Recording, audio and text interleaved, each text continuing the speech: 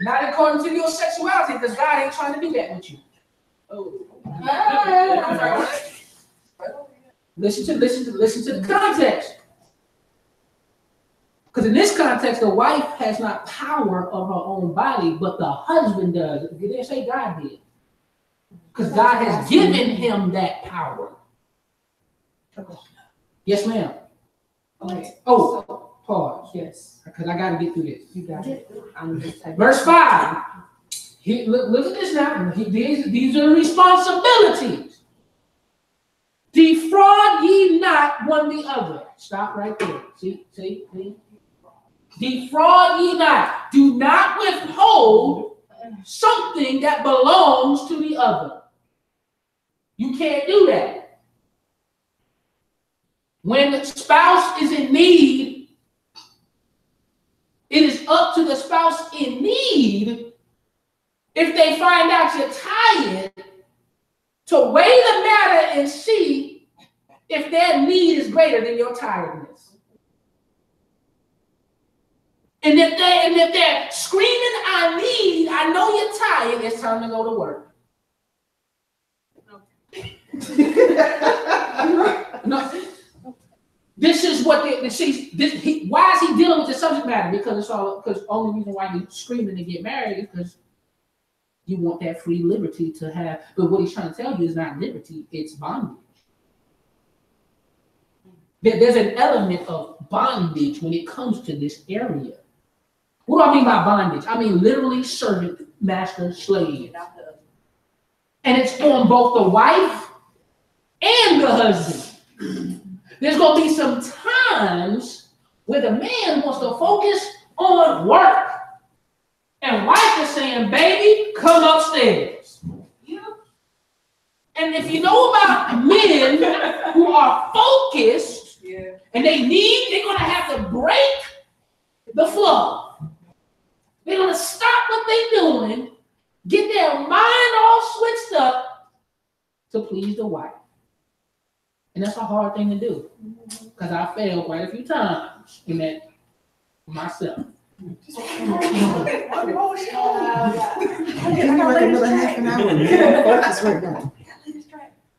All right, this is what I'm saying. This is not, Paul is trying to bring some reality to the table here about marriage that he knows the single folks are not keeping in mind. And at the same time, he's teaching the married folks in the context as well. Defraud ye not one the other. Listen to this. Except it be with consent for a time. Listen to this. That you may give yourselves to what? Fasting and prayer. So stop right there. So one, you can't withhold sexual activity from your spouse unless it's mutually agreed upon. You don't have the liberty to be mad and I'm not giving it to you. See, your love has to be more mature than your emotions. You can't use your sexuality as an expression of your not wanting to be with your husband now, or your wife. No, we got mostly women that are in that area right now, so that's kind of why I'm aiming at the women right now. Wait, what? Don't use it as a punishment. You can't withhold sexuality because you angry with your husband. The only time sexuality is withheld in marriage is when both agree to do so, and it's for a specific purpose. According to the text of scripture, the purpose, fasting and prayer. Time with God. There's a word named accept. Except it be with consent for a time, that ye may give yourselves to fasting and prayer. And guess what? He even gives instruction on that. He says, and come together again. You can't have a perpetual fasting and praying in your marriage. You can't have a perpetual fasting and prayer in your marriage that keeps you from sexuality. It is against the scriptures. See, because a lot of people are like, oh, no, I gotta seek the Lord. And the husband's like, okay, you didn't start the Lord for quite some time. When you're coming on back. Come down off the mountain. Come down. It's been 2 weeks. It's time to come home. You should be praying with me. Open any questions? Right there, right there. Right there. Hold on, listen now. Listen. Listen to this now. Listen to this. That you may give yourselves to fasting and prayer and do what? And come together again. You don't have power of your own body in sexuality in marriage. It belongs to your spouse. You make sure you get that. He goes on. That Satan do not tempt you for your incontinency.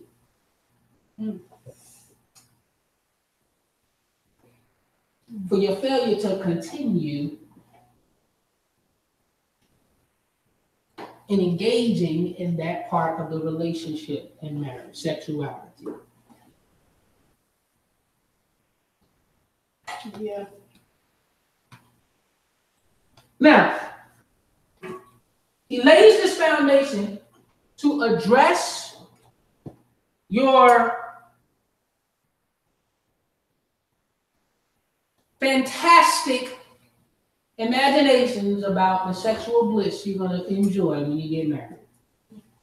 This is what the Apostle Paul is doing. He's trying to make it real to you. Because once you get married, you find out that that is a very small element of the happiness in marriage. In fact, that element right there, the enjoyment of that depends on a lot of other stuff in marriage. Y'all, a lot of people, I'm telling you, I talked to a lot, I've seen and heard a lot of single folks talk about this subject, and they really try to make it all spiritual. I just can't wait for you just waiting for the opportunity. But that is not a temptation no more. And that's okay. But you need to understand what you're getting yourself into. Because he did say, nevertheless, to avoid fornication, get married. It's a permissible thing, but understand what this thing is all about. Don't try to make it more spiritual than what it is, he's saying. Let me tell you why that really is what it is. Because outside of that, wouldn't your heart just be on the Lord? And just serving him and pleasing him?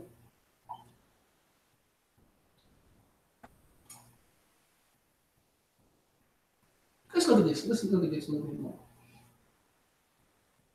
Verse 6, he says, but I speak this by permission and not of commandment. Now, Paul's about to give, he said, now look, what did I not? Yeah. That's Satan tempt you not via incontinency. Verse 6, but I speak this by permission and not of commandment. So I said, look, guys, it's okay to marry, but can I give you some wisdom? Can I give you my take on the situation? I am an apostle. I do got some sense. I do got some knowledge and understanding that you might want to take into consideration. But this is not a commandment. If you don't follow this advice, you won't be in sin. But you're going to be dealing with a whole lot of stuff if you don't take what I have to say into great consideration. He says, look, verse 7, for I would that all men were even as I myself. But every man has his proper gift of God, one after this manner and another after that. Well, how was the Apostle Paul? He was single. I wish everybody was single like me. Why would he wish that? because he must understand the blessing of his position, especially when he's been in ministry, seeing the troubles that people go through, not in his position. He says this, he goes on. Verse 8. I say therefore to who? To the unmarried and widows. The people who don't have husbands anymore because their husbands died. Listen to this. I say therefore to the unmarried and to the widows, it is good, there it is again, it is good for them if they abide even as I, single. It is good. Let's say it again, let's agree with the scripture. And to the widows, it is good if you remain like the Apostle Paul was, single. Yep. Boy, if y'all grab this, y'all about to liberate yourself. It's good. It's good. It's good. It's in my opinion, this is the Apostle Paul's wisdom contained in the God-breathed scriptures. Keep that in mind. Thank you. Verse 9. But, everybody say but. Here we go again. He about to show you a lesson. But if they cannot what? Contain, let them marry, for it's better to marry than to burn. In other words, if you can't control yourself, this is really a downgrade to you. This is his perspective. But if you can't control your flesh, if you're going to fall into sin, if your passions will burn you up where you just can't contain it, your desire is so heavy where you just can't contain it, it's better to marry than to burn. Actually, use a scripture to propose to Michelle. Aw, I'm burning.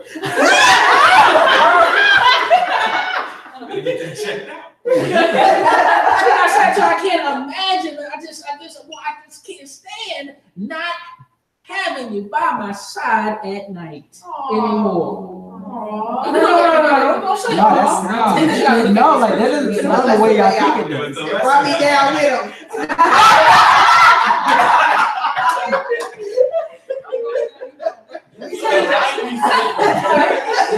Let me keep it real with you. I think she was feeling awe when I said that too.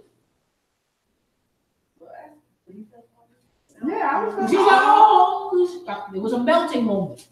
The one time I did a G move or something like that. One time.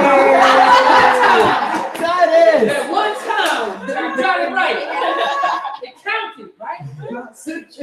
But if you ask her about the sacrifice that she's had to endure since then, Lord Jesus. if she knew what she knew now, she might have said no. Get me behind me, Satan.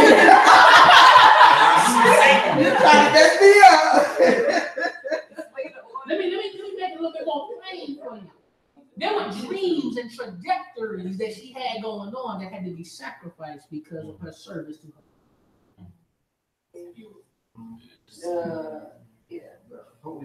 See, listen to what I'm saying now. Because when you get married, it ain't about you no more. You and God got somebody else in the mix now. Go ahead, Pastor. I just want to throw in your basket.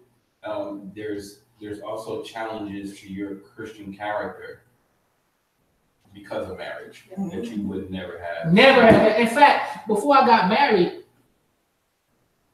man, I thought I was like a really good Christian. I'm telling you, there was ways that nobody saw but nothing brought the flesh out like marriage. Yeah. The marriage stuff, boy, there's just temptations in your godly character as a single person. If you operate in worship right, that you would never have to go through because you're single and nobody's in your business like that. I mean, could you imagine you in the bathroom doing your thing, right? As a single person in your own house, ain't nobody walking in there saying nothing crazy while you on the toilet. There been many arguments me and my wife had while in the bathroom, and there's no way we could have had all this stuff that we gone through. Wait, so you can tell me like you taking a dump and then she said and say, you ain't. I'm telling you, bro, that all that's gonna go out the window. When you're married, somebody is all up in your space, in your area, in your they feel they have rights to your private thoughts. She probably experienced that more than me, from me, the rights to private thoughts, because you want to know what's going on in the person's head. Right? I've actually had to learn to respect the boundaries of private thought. I don't have to know everything. I don't need to know why all the time. I'm still working on it. I'm still working on it. You got much better. There be times like, why are you looking like that? I just want to talk about, Daddy, right now, you need to tell me what's going on in your head. You don't have to deal with that kind of stuff when you're single. You can just go to the Lord in prayer and don't have to worry about somebody begging to know what's going on with you. When you need peace, You want space. unto the Lord. I want space now. No, it's truly not a difference. Anyway. Let me tell you, it's a difference. Baby. Multiply that like. All right, let's continue. Let's continue. He says, I say therefore to the unmarried widows, it is good for them if they abide even as I, but if they cannot contain, let them marry, for it is better to marry than to burn. Verse 10, and unto the married, I command, yet not I, but the Lord, let not the wife depart from her husband. So look at this now. Everybody's hearing the same stuff. So he's giving this instruction in one epistle, and typically during these time periods, they would read the whole epistle to the church. So everybody's hearing everybody's instruction at the same time. So as a single person, they got this to think about while they hear the married people get instructed. Paul tells the married person, this is a command. This ain't my opinion or my wisdom or my advice. This is a command from the Lord. Let not the wife depart from her husband. But if she depart, let her remain unmarried, comma, or be reconciled to her husband. And look at this next part. And let not the husband put away his wife. He don't even get the option to put away his wife. He don't get this. He don't even get that option. It's sin for the man of God to put away his wife in any sense. Not, we ain't supposed to be the ones to lead. It's the woman that get that freedom. We don't even get that option. It's don't you put away your wife. Separation should never come into the heart of a man from his woman. Never. Ever. God gives a little leniency for the woman because she's in a more emotionally threatening position because she's under submission. He gives a little more understanding, but then he tells her, you might leave him, but don't you think about marrying nobody else. You leave, you stay single, or you're going to have to figure it out and reconcile with your husband if you still having issues with containing yourself. You need to go back to your husband. You don't get a duo with somebody else, like a lot of these churches are permitting. Second chance. Second chance with somebody else that wasn't your first spouse. It's very clear here. So he's trying to teach the married people, but he's also allowing the single people to hear this. Do you want to put yourself in a position like this single person?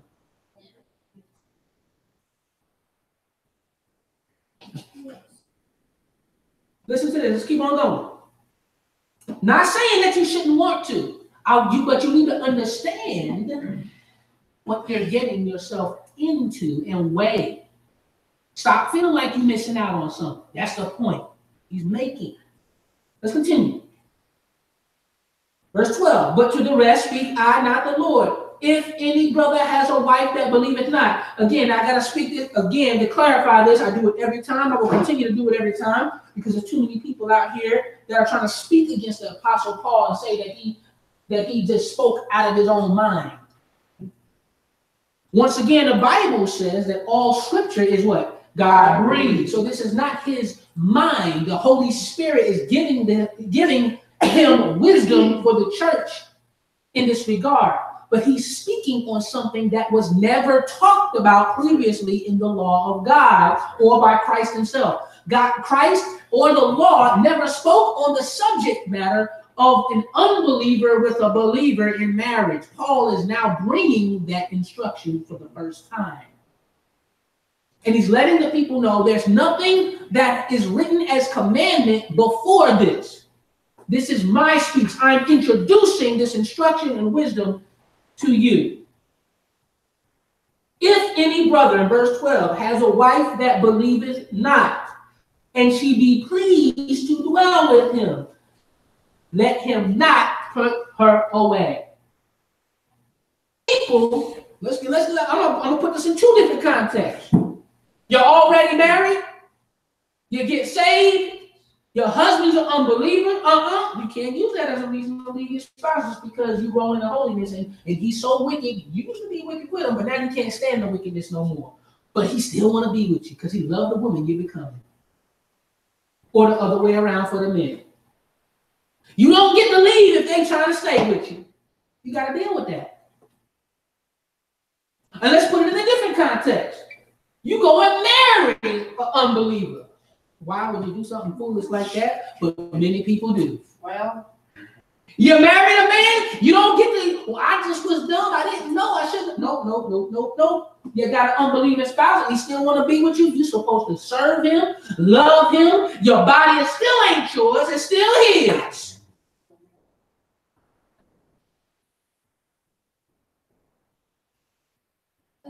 That's what he's saying. What he's saying. Let me finish that text. If any brother had a wife that believeth not and should be pleased to dwell with him, let him not put her away. Verse 13, and the woman which has a husband that believeth not, and if he be pleased to dwell with her, let her not leave him. You cannot leave somebody because they are an unbeliever. Let me switch this up because I've heard this scenario too. My wife, my husband, he ain't never been a believer. So what? A lot of people be talking about they went to church and they just carnal all their lives and they just didn't know any better. Well, he ain't trying to leave you, so you love your husband, love your wife. Yes, Pastor. The other scenario that we run into was they both was believers, one backslid, and now you think you get rid of. Yes. No. You can't get out of the marriage as long as the unbelieving spouse, if the unbelieving spouse want to stay, how much more the backsliding spouse?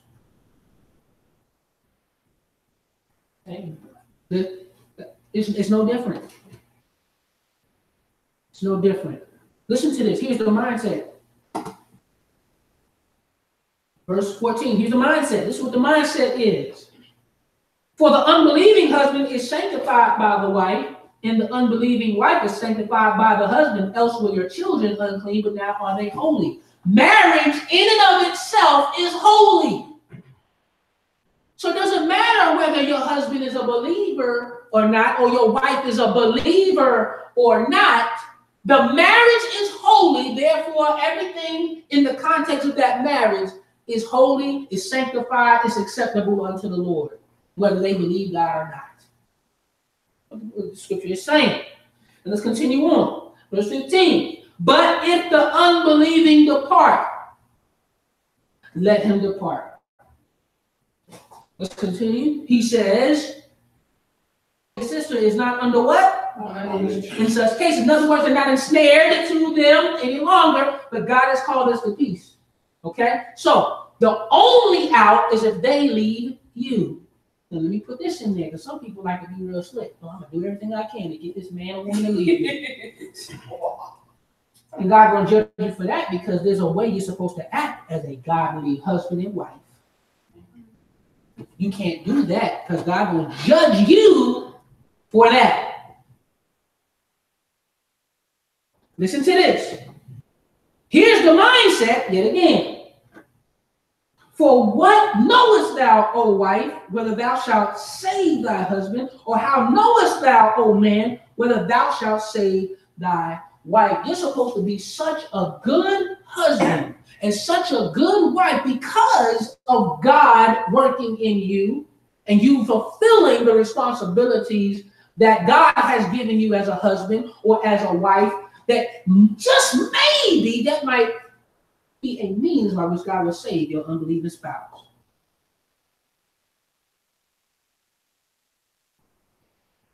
It's all about your worship to God, even while you would stay with the unbeliever. That God might use you to save him. That's the motivation. Not because even though he's an unbeliever, he's still a good man. He's an unbeliever and is a bad man. Your mission and glorification of God. And God may use you because of your godliness, in spite of that unbelieving spouse's wickedness, to save them. See, you don't have to deal with none of these scenarios if you're single. Life is so simple when you're single. Listen to this. Let's continue. What time is it? 2:21. We got cut off at 2:30. So what else? You said 2:21? Yeah. All right. I got 9 minutes. Let's continue. But as God is distributed to every man, as the Lord has called everyone, so let him walk, and so ordain I in all churches. Listen to that. Call you as a single person. Serve the Lord as a single person.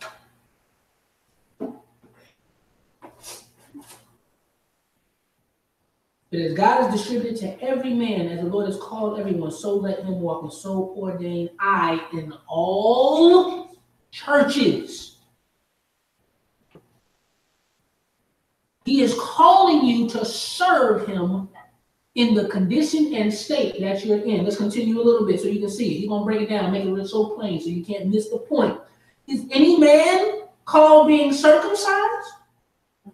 Let him not become uncircumcised. Is any called in uncircumcision? Let him not be circumcised. And is nothing.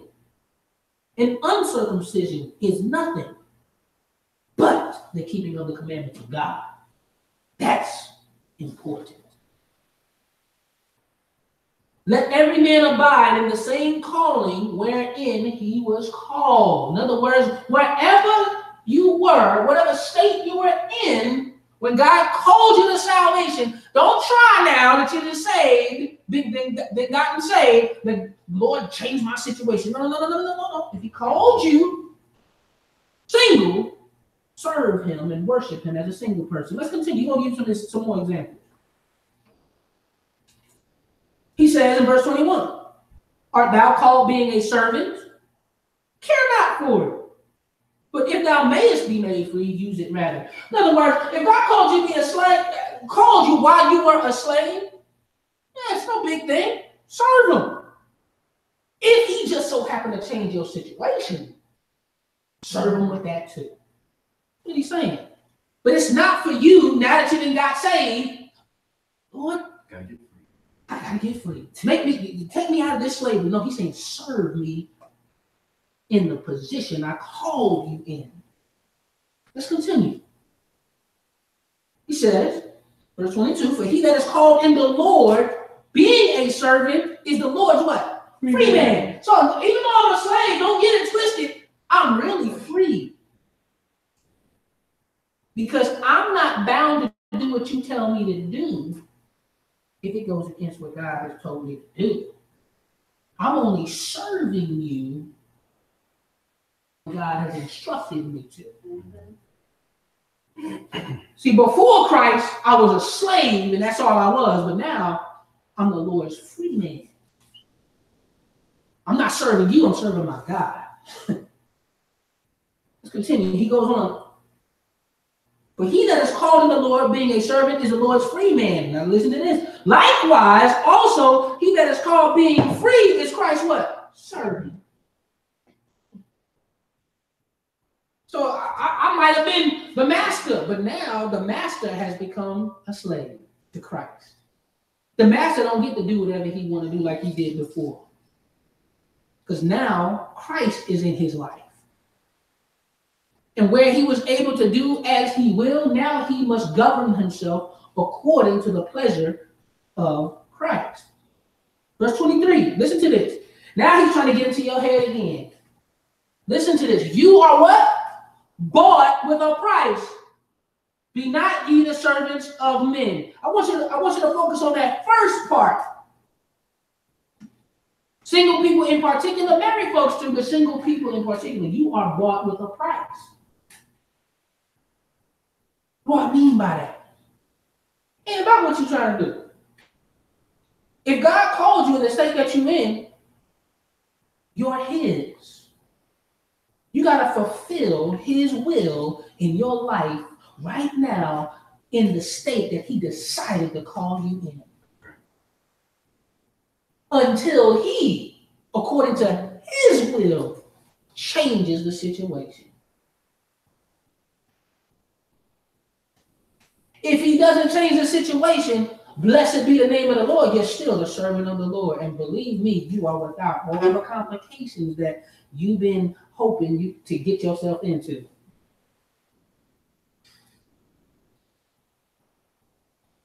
Let's continue. Sometimes I think before we continue, what's my time looking like? 4 minutes. Sometimes I think, sometimes in the privacy, I don't really be sharing this stuff to my wife, but I'm going to share it to her for the benefit of the whole church.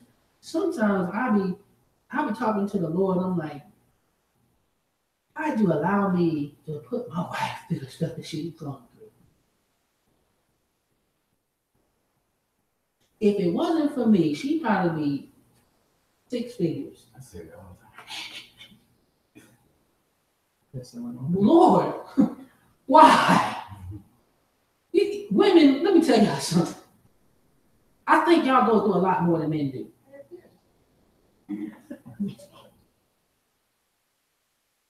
Don't rush to get in this position. Don't think you're missing anything. You're not missing anything. The Lord has given you a gift of freedom in worship where you don't have to submit to nobody but him. Everything becomes a little more hard, a lot more hard, when now not only do you have to submit to God, but you got to submit to a man who is not perfect in his judgment like God is.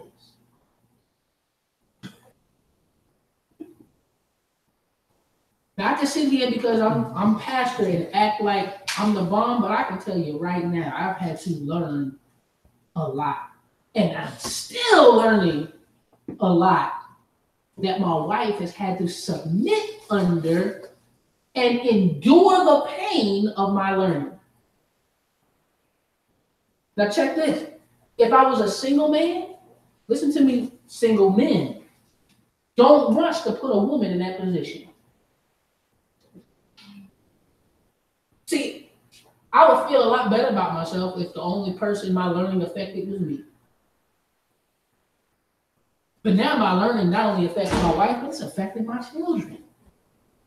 Sometimes I look at Tiana and I'm like, Dad, boy, able to know what I know now, then, man, I look at Josh, I'm like, man, he don't have it nearly as bad as Tiana did at his age. Because I'm just better now. There's things I understand now. But she had to endure that. You understand what I'm saying, men? These things you got to think about the responsibility and the implications and the effects that your immaturity in marriage can have on other people. And it's a lot easier when your stuff only affects you. And I say that loosely because even as a single person, your growth and lack thereof can affect other people, but it's a lot different when you're in a family situation. All the maturity you can get as a single man. Yes. First, put a woman and your future children through having to deal with you growing. You still gonna grow, but I'm saying grow as much as you can as a single man. Don't be so quick to jump in. There's a more excellent way than just avoiding fornication. Just do the will of God. If you do the will of God and focus on the will of God, and you let Him allow you to stumble across your wife, then you know that God is doing this thing, and it's not just you hungering to satisfy the flesh.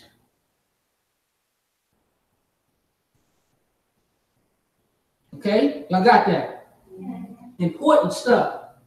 Listen to this. How many minutes I got? Are we there? 0. We'll pause right there. We're going to continue this next week. Pastor West will be continuing his Bible study. Because we got to get there. Everybody, Father, I just want to thank you. I thank you for your word. Help us to get into the heart of your word that we might have your heart, your mindset, Lord. Transform us by the renewing of our minds. Lord, my heart goes out, Father God, to our single women in particular, Lord. I know that they're going through things that they will never tell me about, I imagine. But Lord, you know what's going on in their heart, and you have given us the word to transform us, oh God. You told us to be transformed, not to be conformed to the world, but to be transformed by the renewing of our minds. And I'm asking you, Lord, as we go through this passage in 1 Corinthians chapter 7, that you would renew the minds of our people, that they might be usable in their fullest potential in the kingdom of God. There's so much work for us to be had, but Lord, we don't need them to be distracted. We don't need them to be going through stuff internally, Lord, that's robbing them from the fullness of joy, oh God. That's robbing them from their contentment and peace. So I ask you to give them the heart of Paul. Because see, Paul, he did not see his singlehood, Lord God, as a struggle, Lord. He saw it as a blessing. I ask you to give them the same heart. Even our even our teenagers, oh God, I ask you to do the same thing in their lives. Lord, that they would allow themselves to see the opportunity for them to be used by you in a great way to impact the people around them, or with their testimony and with their knowledge and witness of the truth, oh God. Yes. Lord, I just ask you, Father, that you would just give our single people in whatever state of life they are in the heart of Paul, to want to be maximized, to want to be used by you, to want to be just fully devoted to you, oh God. That their joy might be full, that their peace would be present, that their contentment would be consistent and persistent, no matter what they're going through in life. These things I pray in Jesus' name. Amen. Amen. Praise the Lord, saints.